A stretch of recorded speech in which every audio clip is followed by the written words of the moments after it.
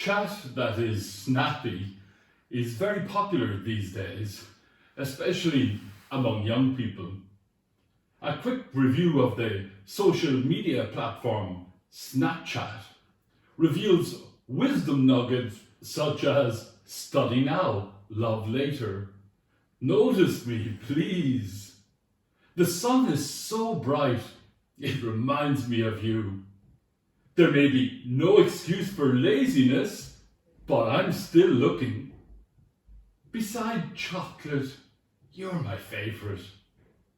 Only dead fish go with the flow. It is said that metaphors have a way of holding the most truth in the least space. Jesus applies a metaphor in Matthew's Gospel to reveal a powerful truth. Jesus' metaphor is framed around the word yoke, which is a device to train an ox to plough by yoking him to another experienced ox. The yoke forces the new ox to imitate the experienced ox, and so it learns how to behave in the way the farmer desires. Matthew teaches that in acknowledging Jesus as master means one voluntarily takes his yoke and learns from Jesus how to serve God, plus one's neighbour, plus one's enemy, and so the whole world. Confessing Jesus as Lord means joining his revolution of love and living in this revolutionary way. It is absolutely true that parenting was never easy, but social media has made it so much harder. Parents, for example, are constantly trying to reassure children and teenagers that they are perfect as they are, although everything is screaming at them online that they're not perfect. In County Kerry, a 14-year-old boy attending mental health services due to suffering from anxiety and suicidal thoughts learned that his medical notes were shared via the social messaging service Snapchat. In the UK, a 14-year-old teenager called Molly Russell died tragically in 2017.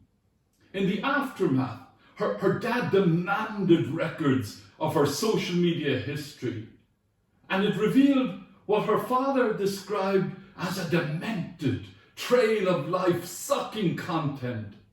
As with any user, the recommendation engines of Instagram and Pinterest powerfully pushed content at her based on its computations of what she was most likely to click. Her dad outlined his view of social media. It's a ghetto of the online world that once you fall into it, the algorithm means you can't escape it. Of 16,300 pieces of content saved, liked or shared by Molly on Instagram, in the 6 months before she died, 2,100 were related to suicide, self-harm and depression.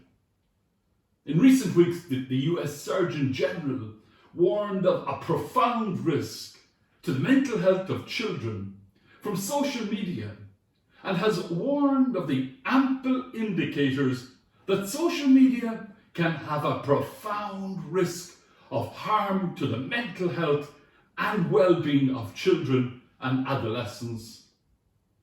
Psychologists Jonathan Haidt and Jean Twenge have taken a global perspective to produce compelling correlations to suggest that the rapid transition to social lives mediated by smartphones is the prime suspect in the worldwide rise of rates of teenage depression, loneliness, self-harm, and suicide. The Christian message argues that freedom is not a function of an individual being fully in control of his or her own desiring. Rather, it teaches that our desiring should always be yoked to some other. Matthew's Gospel argues that the way to liberation is to be yoked to the desiring of God's life in Jesus Christ. Matthew encourages us to hear Jesus saying to us, "Take my yoke upon you and learn from me, for I am non-violent and humble in heart, and you will find rest for your souls." Yoke implies a necessary connection to another.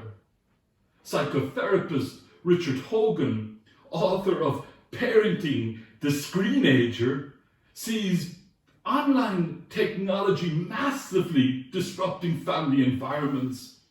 But he contends if schools and families work together as a community, we have a solvable issue. He would like to see parental solidarity around primary school initiatives to not allow children have smartphones before 6th class. It is an inconvenient truth that many adults model excessive use of smartphones and then wonder why small children and teenagers cannot put them down.